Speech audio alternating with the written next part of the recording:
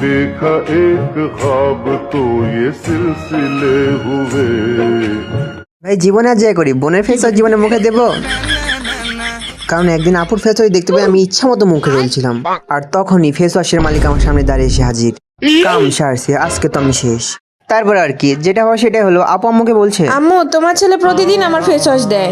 এই কথা শুনে তো আমি পুরাই অবাক। আজ আমি ভাই সিরিয়াসলি এই জীবনে প্রথমে একবার আমি আপুর ফেস ওয়াশ মুখে দিছি, এরপর থেকে বাসায় যত কিছু হারায় না কেন আমার নামই হয়। ফ্রিজে রাখা খাবার পাচ্ছি না, আবার আমার টাকাগুলোও পাচ্ছি না। দোষ দিতে দিতে তো একবারে বলেই দিছে। তোর আপির বোরকাও পাচ্ছি না। এইসব কিন্তু আমি কিছুই করিনি, কিন্তু ওই যে আমার কাছে কোনো প্রমাণ ছিল না। এরপরে আমি ভাবলাম আম্মুকে খুশি করে দলে আনতে হবে। তারপর থেকে বাসায় যত কাজ আছে আমি করা শুরু করলাম, ঝাড়ু দেওয়া, ছাদ থেকে কাপড় আনা, থালি বাসন ধোয়া, কারণ এগুলো করলেই আম্মু খুশি হতে পারে। আম্মু খুশি হলে আম্মু আমার দলে। তখনই ঘটেছে একটা দুর্ঘটনা, আমি পানি খেয়ে রাখার সময় গ্লাসটা পড়ে ভেঙে যায়।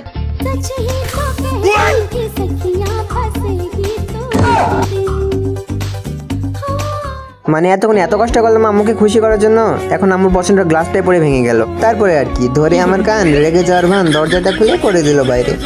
এত চিল্লাচিল্লি শুনে ওপাশের গেট থেকে বের হলো আমার সাদিয়া। देखा एक ख्वाब तो ये सिलसिले हुए।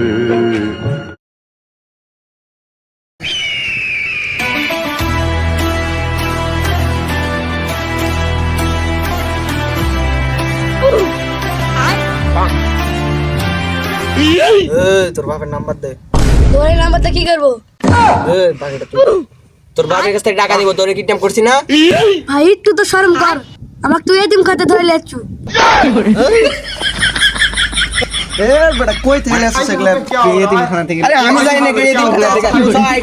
এই বেটা যা বেটা, আরে তুই সেটা সে কি সেটা এতিমখানা থেকে ধরেছে আমি জানি। তুই হুদায় আনলো এটা।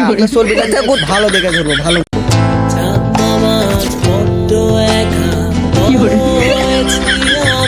বন্ধু তোর ব্যাগ নিয়ে বেশ বসলো। বন্ধু ব্যাগে ধর্ম বই আছে। যা পয়সা গেলি ওর মাথা হেলাবো, তোরা শরীরে মাইর দিবি।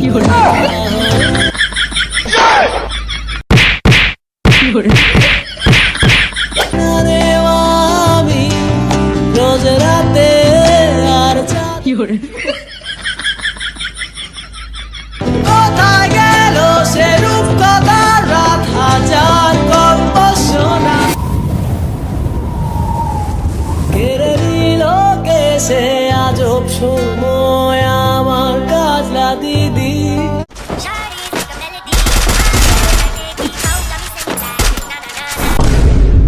अब तू गया बेटा। वाह क्या मुस्कुराहट है। তো ভাই ছোট ভাইয়ের মতো থাকবি, আমার গাড়ি কেন হাঁটতে খাবি? ये क्या हो गया?